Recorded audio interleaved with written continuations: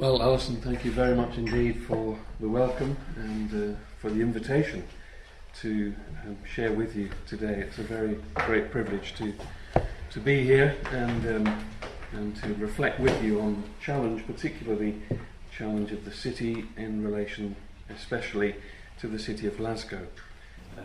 I just got back from being overseas and contracted something on the way back and felt really quite ill yesterday, so I'm especially grateful that when I woke this morning I realised I was feeling better, and very, very glad that I could come and share with you. It's a particular privilege for me to be associated with L'Abri in this way, because I would just like to share the fact that L'Abri was very significant for me at an early stage in my Christian ministry. As you've heard, I went to Eden Baptist Church in the 60s as a very young pastor. Found myself in a context for which I'm not sure that I was fully prepared, as students began to come into the church in significant numbers, often raising issues that I'd really not grappled with previously. And two things happened in the 60s that were of enormous help to me. One was the appearance of the Banner of Truth and the provision of a whole series of publications that gave me a bedding, a foundation, theological, biblical foundation. But also, of course, alongside that, Francis Schaeffer and the Schaeffer books. And they gave me something else. They gave me something rather different. I don't think the two were in any way opposed to each other or in conflict. They complemented each other. And I remember reading the Schaeffer books and thinking, I've never come across anything like this. I've never heard somebody who, from the perspective of an Orthodox Christianity, could engage with the reality of the world of culture in a way that was credible. And without compromising truth, seek to make the gospel credible to people who were basically secular, but who were asking some very big questions.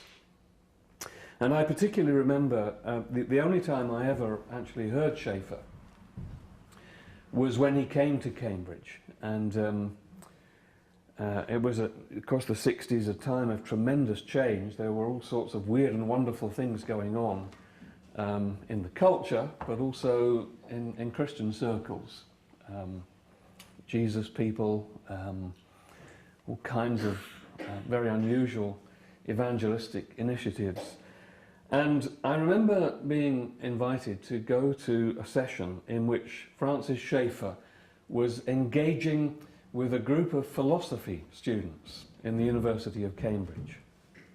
Now, there are not many evangelicals, I think, who could actually do this. And what really encouraged me and challenged me and moved me was that Schaeffer was able to commend the gospel, but in a manner that listened to the questions that were being asked and actually understood those questions and could then respond to them from the basis of truth. And that was a huge encouragement to me. And I think, obviously, knowing that I was coming here to share with a group associated with L'Abri has had me reflecting back on this and sort of thinking about my own past and my own development. And I've come to the conclusion that actually that was a very, very important influence on my life and on the way in which I've tried to approach ministry. And in some small way, I suppose, I've tried to use the same kind of method. Alison very kindly mentioned some books that I've written. And this one, which is the latest one, is called Moving Toward Emmaus. Now, I'm not Francis Schaeffer, but I think what I've tried to do in this is to do the same kind of thing that Schaeffer did in the 60s. It's often struck me that a huge amount of Christian literature, Christian teaching and preaching is basically for internal consumption. So we rightly want to build up the church, to strengthen faith, to nurture discipleship, but I think we're not nearly so good at engaging with the surrounding culture in the way that Schaeffer did, in a manner that is both faithful but also credible. And it struck me over the last 5 or 6 years, I suppose, that in this book I used the story of the walk to Emmaus, moving towards Emmaus, because as I found myself using that text in a number of situations, largely related to conferences of Scripture Union International. Been invited over the last few years to speak to training conferences of SU International in different places. And at one of these conferences I used this passage, and I realized that it was having a profound effect on people and on their lives. And it struck me that it's Walter Brueggemann, an Old Testament scholar in America, talks about the way in which the Bible contains texts which explode into new life. He says that there are texts in the Bible that they're part of God's revelation, they're preserved in Scripture, they're revered and read and heard and valued, but there comes a point where a text that has always been there suddenly explodes with a new relevance and a new power and a new meaning. And I felt that this Emmaus story was actually doing that as I was reading it and then discussing it with people. That there are many people who find themselves in a situation not dissimilar to the disciples on the road to Emmaus. Their hope has gone. They say, like those two on the road to Emmaus, we had hoped. It seems to me that's the position that many of us are in as Christians. If we go back to the 60s, if we go back even earlier than that to the campaigns of Billy Graham, those sort of great evangelistic ventures, and I think you can say about that period, there was a sense of hope. And I was a young Christian. There was a sense that there was the hope that there might be a widespread revival and renewal which would again bring us into a place where we were able, through the gospel, to influence the heart of culture. Billy Graham himself, on one occasion, said that, I think it was during the Haringey crusade in London, at which incidentally I was converted. Billy Graham said at some point during that crusade that he felt that Britain was on the edge of a revival that would be of equal significance to the great revivals of the 18th century, the Great Awakening. So that what was happening, the huge numbers of young people who were coming to those meetings and were professing faith in Christ, he saw as an indication that we were on the verge of something really significant in the plan and purpose of God. And I think that decades later, we find ourselves saying, well, that's what we had hoped. But clearly it wasn't the case. And instead of that being true, in fact, things have gone in the other direction. And so Christians are in this situation where they often find themselves wondering, how have we reached this position where our faith, which we believe to be fundamentally true and the means of healing and reconciliation and blessing for all people, is so marginalized and in the vast reaches of our culture is largely forgotten, if not it actually despised and regarded as irrelevant. But then what also struck me, and I must move on because I'm not really onto the topic yet, but what also struck me was that there are many other people who are saying similar things.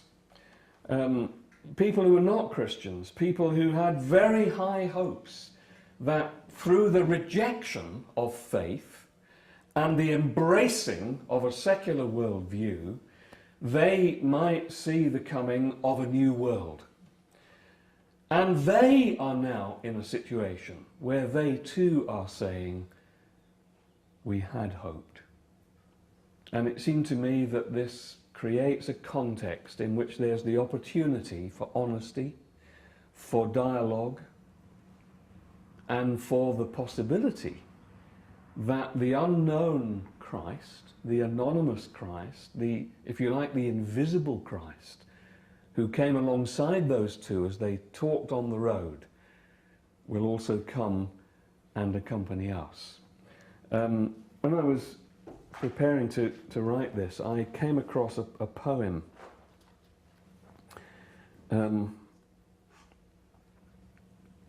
it appeared in the Guardian newspaper. The Guardian has a poem every Saturday, and I was wrestling with this text, and I saw this poem by an Irish poet called Dennis O'Driscoll with the title Missing God. And I'll just read you the first few lines. His grace is no longer called for before meals. Farmed fish multiply without his intercession. Bread production rises through disease-resistant grains devised scientifically to mitigate his faults. Yet though we rebelled against him, like adolescents uplifted to see an oppressive father banished, a bearded hermit to the desert, we confess to missing him at times. And he goes on through a very long poem saying, we miss him during the civil wedding, when at the blossomy altar of the registrar's desk we wait in vain to be fed a line containing words like everlasting and divine. And it's an incredibly moving poem in which there's this sense of the loss of God and a real hunger for the recovery of the knowledge of God. And of course, when I wanted to use the poem, I felt it was necessary to write to the poet and ask him if he would be happy that I used his poem, and he said he would be delighted. I got the permission and the poem appeared in the book. And so when the book was published, of course, I sent him a copy. And the best response I've had to this book came from this poet. He wrote back to me and said, "You didn't know this when you were writing the book, but you were actually writing it for seekers like me." And that was just a cause of so much a sense of thanksgiving that it touched him. And I teach from time to time in the Irish Bible Institute in Dublin, and I'm hoping to meet with him for lunch the next time that I'm over there. So all of that really by way of saying Schaeffer and L'Abri, I never went to L'Abri, but Schaeffer and the L'Abri approach to culture, to mission, to apologetics has been hugely significant to me. So a very extended thank you for inviting me to share this morning. The topic that I suggested to Alison really reflects what I've been doing over the past 8 or 9 years in ICC. I was asked to come to ICC in order to develop a postgraduate program in urban ministry. College had been deeply concerned about the challenge of the city. It was obviously born in an urban context in Glasgow through the Moody campaigns in the 1880s. And there was this feeling that we haven't sufficiently grappled with the particular challenge of being in an urban situation. And a conviction that there were many people engaged in urban ministry and urban situations who really needed help to reflect on the nature of the city and the specific challenges raised by the urban context, and then to think through from the Bible the scriptural, biblical, theological foundation of Christian existence and witness and discipleship, specifically in urban contexts. So for the past 8 years, I've been involved in developing this program, which is a professional, in-service master's degree in ministry in an urban world. We've now had 2 groups of people who've gone through the program. They do not leave their ministry. It's very important that they remain in the ministry context. And we say to them, it's your ministry that is the text for this degree. We will try to give you theological resources and insights into the city from history and sociology, which will enable you to be self-critical and to look carefully at how ministry might develop and what kind of church might be needed in the urban world of the 21st century.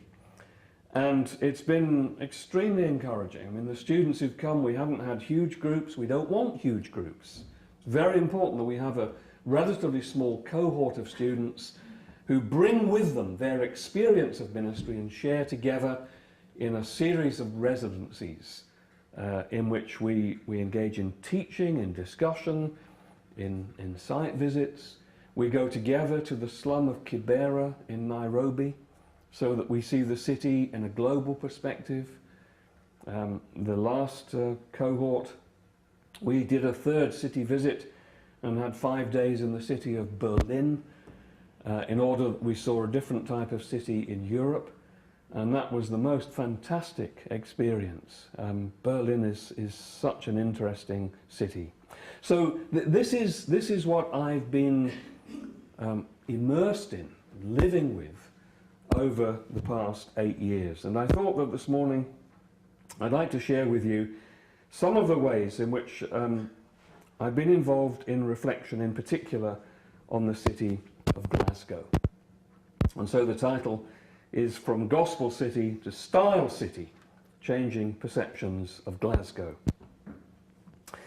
There are a few lines from the poet T.S. Eliot which have been tremendously significant in thinking about the city.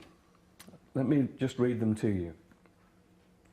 When the stranger says, "What is the meaning of this city? Do you huddle close together because you love each other?" What will you answer? "We all dwell together to make money from each other." Or, "This is a community." And I think Eliot really puts his finger here on the key issue that challenges us in an urban world. The stranger, I take it, is Christ.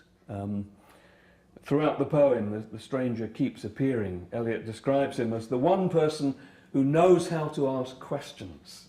Very interesting phrase. And the question that he presents Christ as asking in relation to the city is the question of meaning. Now, there are many things that you can say about a city. You can describe a city in all sorts of different ways. But Eliot says the key issue is, what does it mean? What is its fundamental purpose? What does it do for individuals? What does it do for communities? What happens to people when they come to exist in an urban setting? And Eliot says that there are 2, if you like, extreme responses. One way of conceiving the city is a purely commercial way. We dwell together to make money from each other. Now that sounds brutal. You might say it sounds completely simplistic. But the tragedy, it seems to me, of the world in which we live today is that it's also largely true. and that what drives the postmodern city, what drives, in many ways, what drives the whole process of urbanization throughout the globe is commercial. And it's the concern to make money. And this is reflected in all sorts of ways. It's obviously reflected in the fact that we're now facing austerity, severe economic crisis. Because that way of perceiving the city, that way of structuring the city, has led us to the brink of disaster. But it seems to me that it remains to be seen whether that disaster will cause a fundamental rethink. We're hearing a lot of language about rethinking, about tightening belts, all of that. But what we're not seeing, or at least we're not seeing very widely, is a recognition that there are really deep level issues here. Issues of ultimate values. Issues of what it means to be a human person. And Eliot's question is concerned with that. And so the other possibility that he presents, or that the stranger presents in these lines, is that actually within the city it is possible to become a community. And so he presents us with two extreme possibilities for the city. It's either the context for fragmentation, for a rising degree of greed, or for what the Bible would call idolatry. Or on the other hand, it can become the context for human flourishing. It is possible to perceive of a city in which human beings really develop and grow within community, and the city becomes a place of love, of joy, of justice, and I think equally important, it becomes a place of beauty. And this whole question has become enormously important in the 21st century, because, as you will know, for the first time in human history, more than 50% of the world's population now live in cities. It's been immensely challenging for me in developing this program to develop a partnership with the Urban Mission Training Centre in Kibera in Nairobi. 750,000 people, population of Glasgow, living on land to which they have no legal entitlement, from which they could be cleared at any time, in conditions that sometimes almost beg a belief. And yet, within that context, very often showing hope, joy, community. I'll never forget going with a couple of students. We go in with a member of a family. Can't go in as a group, so you go separately from different places with somebody belonging to one family. And we went into this little shack. Two Kenyan brothers sat down with us. And, you know, here are we sort of shell-shocked by the things that we've seen and heard. And our questions are the inevitable questions that come from Westerners. You know, how do you cope with this? And they're just amazed at the question. And they say things like, well, you know, it's not like that here. Yeah, we don't have all the things that you take for granted. But, this is the thing I've never forgotten, there is so much love in Kibera. There is so much love in Kibera. In the village back in the countryside, we would exist within our ethnic, traditional, tribal groupings. In Kibera, we're thrown together. And the thing that matters to us in Kibera is that we're identified as the followers of Jesus Christ. And we love each other. And you think, this is Acts 2. This is the description of the church at the end of Acts 4.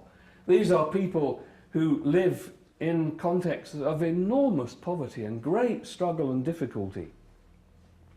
And yet they know a spiritual vitality which is almost completely absent among churches in the northern hemisphere that are so prosperous and so healthy and take so many things for granted that they know little of that life of the Holy Spirit. So for not just for us, but for people in the southern hemisphere in particular, for our brothers and sisters there, the issue of urbanization is of crucial importance. And it's led me to look closely at the history of Glasgow, to reflect on the development of Glasgow and the nature of Glasgow as a city. And I've used Glasgow as a kind of case study.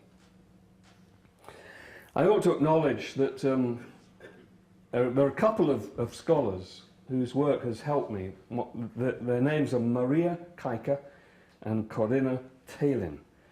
And they write in a journal of urban studies an article in which they describe the way in which cities develop and grow,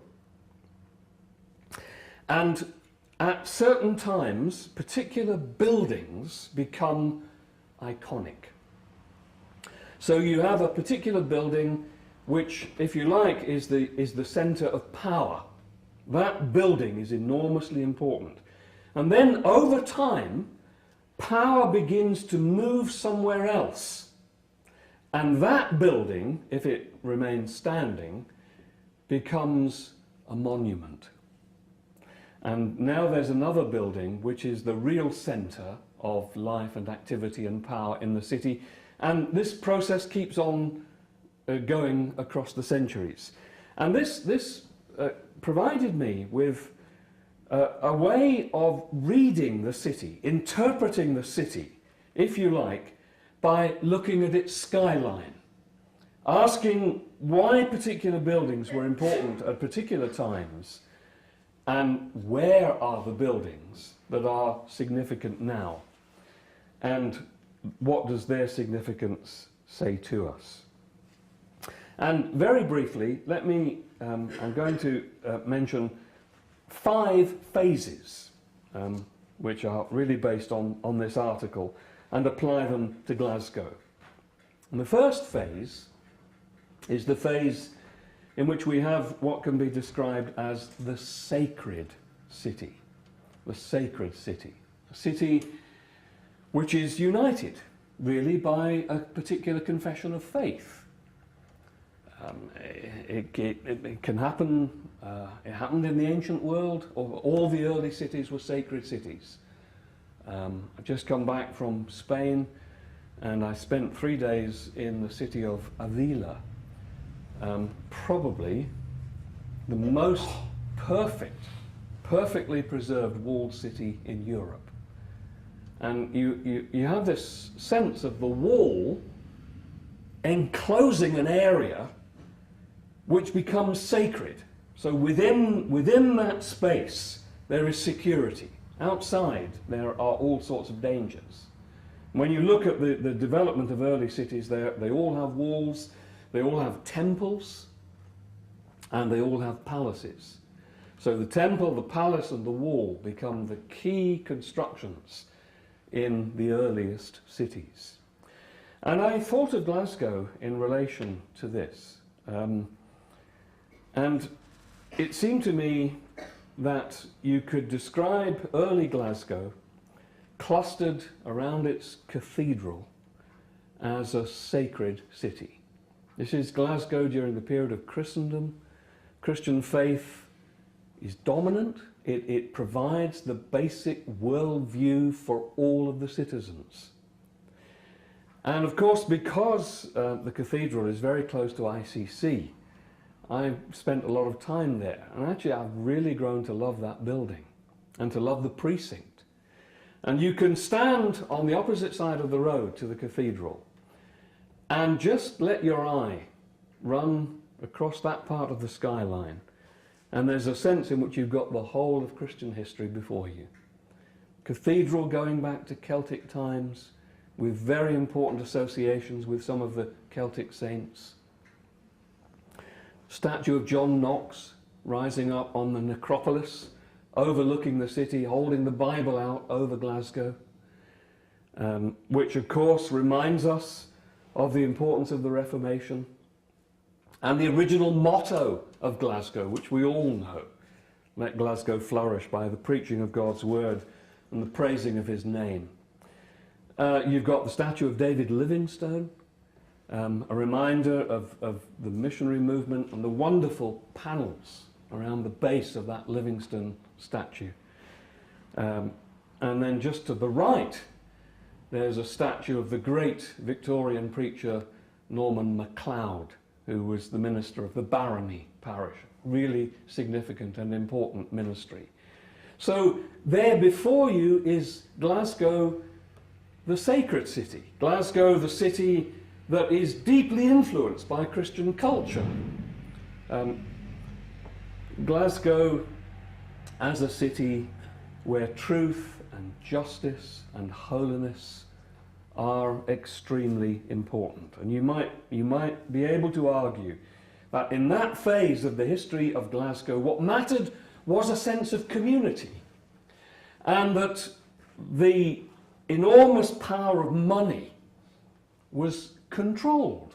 It was restrained within the limits of a Christian ethic. John Knox, of course, was hugely influenced by Calvin and the church in Geneva. And he came back from Geneva realizing that Calvin had not only wanted to reform the church, but also reform the city. And so Knox brings back to Glasgow and to Scotland this vision of what was called a holy commonwealth. Wealth was not simply for individuals to accumulate, but it was for the well-being of the whole of the society. And although the Reformation is now largely forgotten in our culture, and if it's remembered, it's often misunderstood or even despised, it was actually enormously significant. And there are key resources for us in that period of Glasgow's history. And then the second phase I describe as moving down the hill. Now, you might think I'm using this metaphorically, and I suppose in a sense I am, that it's all downhill from here. But actually, of course, I'm also literally meaning down the hill, in the sense that the city starts to move down the high street. High Street appears, the university has a new location on the high street, and there begins to develop a new centre for Glasgow at the bottom of the hill, near the river. So what is now marketed as the merchant city becomes a new centre of power and authority. And on the hill, the cathedral and what it represents begins to be marginalised. For a while you have two centres, but increasingly it's the one at the bottom of the hill that becomes really important. So the tobacco trade develops. So-called tobacco lords accumulate enormous wealth. You get increasing social economic divisions. Faith is now becoming a private concern. So faith is still important. It certainly doesn't disappear in this period, but it's limited, it's restricted.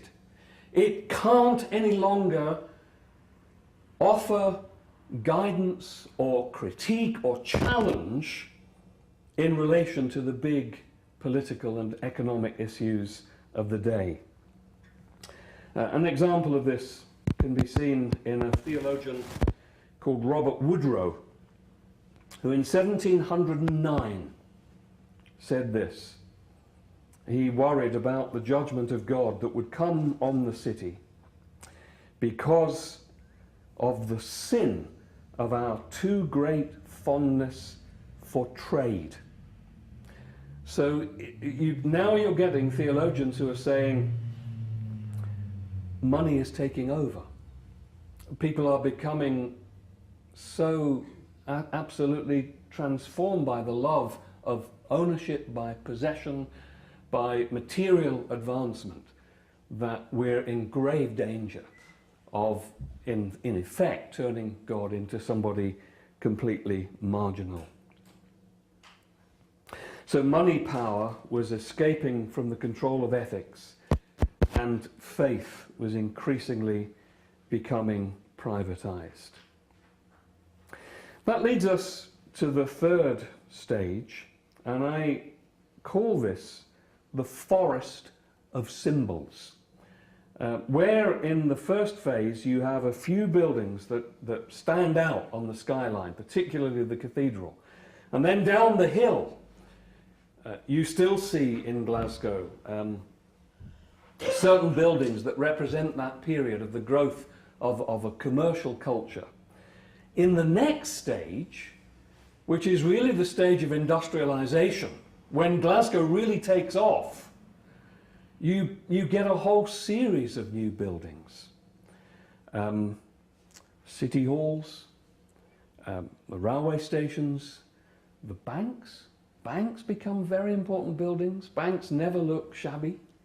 They're never second rate. Huge amounts of money are invested in constructing banks that indicate their power. This is the power shift again. Power is moving on. But now you're getting a whole series of buildings on the skyline that indicate this latest stage in the history of the city. The two scholars I mentioned describe this stage in this way. They say that we now begin to see secular shrines dedicated to money flows, technological innovation, and industrial production. Now, some people have suggested that what is happening here is that we're seeing the move from the sacred to the secular. We're seeing the beginnings of secularization. And the sacred gets left behind, and the secular now becomes absolutely dominant. Now, that certainly wasn't true in Glasgow. There is the beginnings of this shift, but the 19th century, which saw industrialization, urban expansion, social division, also saw evangelical revival. And I think we have to always remember that the 19th century was a period of massive church growth, and indeed of extraordinary church building. Someone has described the 19th century as the evangelical century. So alongside the development of this industrial and commercial culture, there is also an upsurge of faith and a growth in churches. The key question for us is how these two things related to each other. How did evangelical revival connect with the growth of a commercial and an industrial culture? And I think there are two things that we can say about this. First, there was, especially in the first part of the 19th century, a tendency for religion to become a private affair. It was not given the freedom to comment on issues like economics or politics. And it's also true to say that although there was massive church growth, very often the churches that came into being were limited to one class of society. So all the new churches appear in the West End, the new West End, where the new wealth is located. And of course they're still there today. We still see them on the Glasgow skyline. When the Lansdowne Church was opened in 1863, and you might know that it's just been closed. really splendid building halfway down the Great Western Road. In 1863, at the opening weekend, there was to be a big celebration on the Sunday, and on Saturday night, somebody under cover of darkness went to the door of the church and wrote some graffiti in chalk on the door. I can't really describe it as poetry, but this is what it said. This church is not built for the poor and needy, but for the rich and Dr. Eadie. Dr. Eadie was, of course, the minister, a very famous preacher in the period. The rich may come in and take their seats, but the poor must go to Cambridge Street. And what you have is a statement that churches were segmented. So on the Great Western Road, there was this magnificent building and a whole series of magnificent buildings. But you had to have a degree of respectability to be part of that community. In many cases, you had to have the ability to meet the cost of the pew rents, and pew rents were exclusive. Of course, there were spaces left for the poor who came without the proper, appropriate dress. And so you have this enormous problem in Victorian Christianity. It's very much an English problem. It affects English parish churches. And it's arguable that because the Christian movement, particularly in the early part of the 19th century, had accepted that its place was a private sphere and had failed to recognize the way in which it was reflecting social divisions within the wider society, it's possible to argue that that was a key factor in increasing secularization.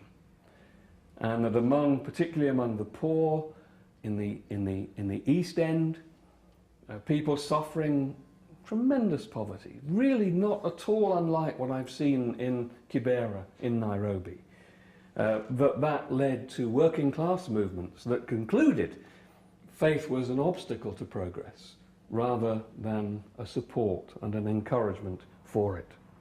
So that's one thing to say about this particular period.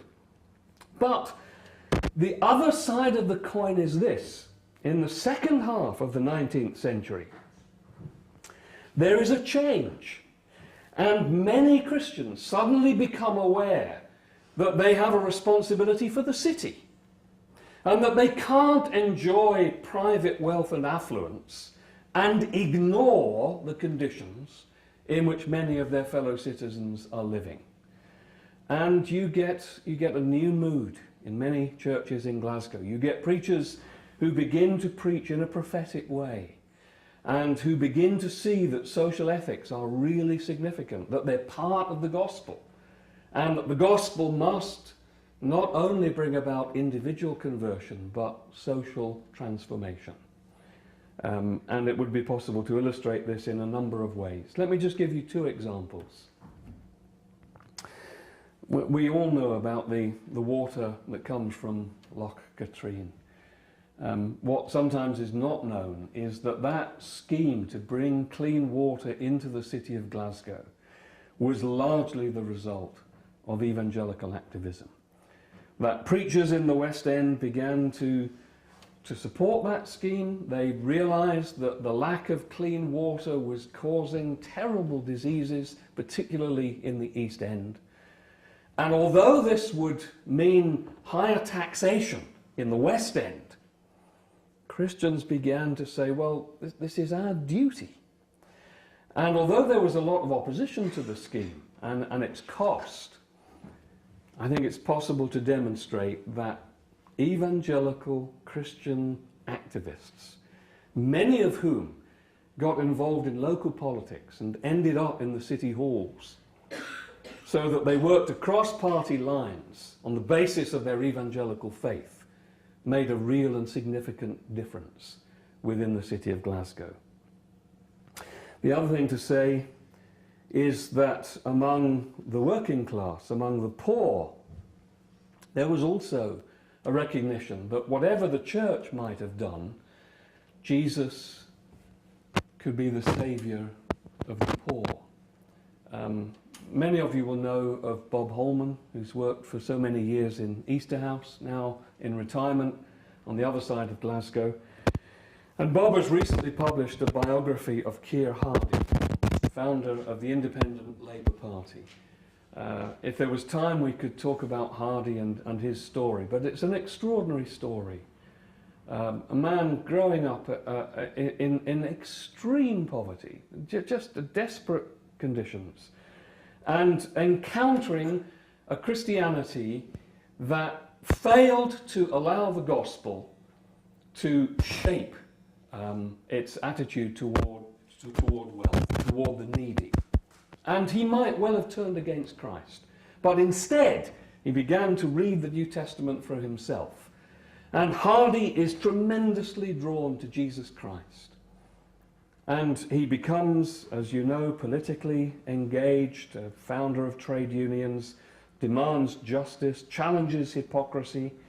And at the end of his life, Hardie says, if I had my time all over again, I would devote it to spreading the gospel of Christ, because that is the way in which both individuals are transformed and society can also be changed. So we have this other aspect of life in Glasgow in the 19th century. There are two more, and very briefly, let me just mention two more phases. The fourth phase I'm going to describe as visions of utopia. In the 20th century, people begin to worry about what living in cities is doing to human community. All sorts of anxieties. Cities seem to be throwing up a whole series of social, psychological problems, people going to clinics for all sorts of phobias. And so, in the intellectual sphere, you get a series of fresh urban visions. For example, the Garden City movement. Ebenezer Howard dreams of a city in which the city is closely related to nature. I was recently in Welwyn Garden City, which is one of the 3 places in England where his ideas, at least partially, were put into practice. But the most significant of all, I think, is a Swiss-French architect and planner who is known by the name Le Corbusier.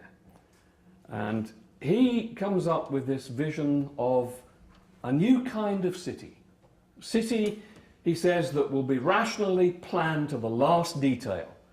And Le Corbusier is the kind of classic modernist. Anything that's gone before must be swept away. So the old city is the cause of all our problems. And basically his approach is to say, destroy the old, reduce it to rubble, and on that rubble, let's build new cities that are filled with light. And the tools with which that will be achieved are, first of all, the tower block, and secondly, the motorway. And Le Corbusier says a city that is built for speed is built for success. So the city becomes the place where the motor car becomes dominant. This is enormously significant in North America, but I think it can also be seen in Glasgow. So I can't demonstrate that the city fathers in Glasgow were directly influenced by Le Corbusier, but his ideas certainly filtered through to Glasgow. By 1982, there were 321 tower blocks in Glasgow. Many of them had to be destroyed within 20 years. And of course, there was, and there still is, the M8 motorway. Now, the M8 motorway is interesting. It's interesting because it's driven through the city, and there's a lot of destruction in that process. But if you drive through on the M8, you can't help noticing that there are a number of points at which it was never completed. So you get exit ramps and they don't go anywhere. And there are a couple of places where there are actually bridges over the M8, but they stop at both ends. And it's a reminder that the original plans would have completely devastated Glasgow. There would have been a motorway going down what is Sauchiehall Street. There would have been a motorway which would have destroyed the old ancient High Street. There would have been a motorway driven up the Great Western Road. And there would have been 3 circular arterial motorways around the city. And Glasgow would have become completely different. Mercifully, it didn't happen. But here's the vision of utopia, the search for a new kind of city. Now, in the 21st century, that modernist vision is widely rejected, except, of course, it deeply influences people in the Southern Hemisphere. So what happens in Nairobi or in Cape Town or in Manila, it's this vision, it's the desire to be modern that is largely adopted as the model for the development of cities across the Southern Hemisphere. That brings me, last of all, to the final stage in relation to Glasgow. And I want to suggest that Glasgow is in danger of becoming a city with no meaning. City with no meaning. All the monuments to the past can be identified from the cathedral down to the cranes that no longer operate on the river. So we have a whole series of monuments which now include many churches which have actually become monuments. And what is now arising are buildings, particularly along the river, which are, in the words of one commentator, secular shrines driven by the ideology of consumerism and a culture lacking common religious beliefs. Or, as one of my colleagues in Glasgow has said, this is a city in which it is now possible to shop all day and party all night.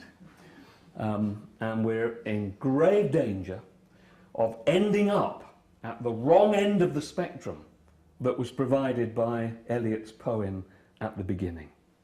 So finally, what as Christians can we say about this situation? What is our response? And I have just very briefly 3 comments. First of all, as Christians, we are the citizens of the city of God. One of the things that has really struck me over the past 8 years is the discovery of the extent to which there is an urban vision in the Bible, from the very beginning and especially at the end. And we have that vision of the city of God, a city of holiness, city of joy, a city of beauty, city where God is worshipped and honoured, and indeed where he dwells in great intimacy with the people who are within the city. So our vision of the city is taken from the New Jerusalem. The challenge for us is to take that vision in Revelation 21 and 22 and apply it to life in the city as it is in our times. We're not to be opposed to the city. We're not to be people who see the city in entirely negative terms. We have to be realistic about the problems, but we have the vision of a different kind of city, and we live in the light of that vision. And then secondly, there are signs of hope within the city, however difficult things may be. One of the site visits that we paid in the last residency in the programme was to a particular department in the University of Glasgow, Department of Public Health. We're trying to engage in conversations with academics who have an interest in urban issues. So we went to the Department of Public Health in order to ask the staff there to talk to us about what they perceive to be the problems in the city and its health today. And it was a most interesting time. We had a brief introduction to the subject. We were told what the department does, and then the professor said, look, you know, I don't want to talk to you, I want you to talk to me. we have major problems. Because in our discipline, we have inherited a model of public health from the 19th century, which has solved the problems of health from the 19th century. So cholera, dysentery, all of those things. We've been able to create a much more healthy society. Now we have a different set of health problems and we've no idea how to deal with them. Addiction, increasing levels of depression, rising suicide. And he said, I cannot see how these can be addressed unless there is a way of really deeply changing individuals. Extraordinary opportunity. And out of that has come an ongoing conversation and dialogue as we continue to listen, but take the opportunity to share from the gospel of Jesus Christ. And there are many signs of these kinds of opportunities, provided we have the humility and the grace and the wisdom to approach them in the proper way. And then finally, the last point that I'm going to make. There is, of course, a challenge to us as the people of God, as the church. What kind of church will emerge in the 21st century? It is clear, isn't it, that the church of the 20th century, and especially of the 19th century, is a church in growing crisis. And then there must be change. There are some things that we should never change. There are other things, and Schaeffer used to say this, there are other things that are open to negotiation under the guidance of the Holy Spirit. And we desperately need to be honest, to be frank, to be courageous in thinking about the nature of the church in the urban world that lies before us. I said that Schaeffer was hugely important for me, and I think one of his best books was the book The Church at the End of the 20th Century. It wasn't as well known as the others. It was published by an obscure publisher in Norfolk. But it was a wonderful discussion of the nature of the church. And those of you who know it will know that the final chapter is called The Mark of the Christian. And it's all about love. And Schaeffer says if we don't really learn to love one another, we're lost. We're lost because we're not following Christ, and we're lost because the world won't take any notice of us. And I think one of the key problems in the church still today is the absence of love, and the absence of the ability to be able to disagree in love. So the whole issue of the church and the nature of the church is key to our witness in the city of the 21st century. You've been very patient. Thank you very much. I'm sure some of you know much more about Glasgow than I do, and I'll welcome any comments that you have to offer about the city, as well as try to answer any questions.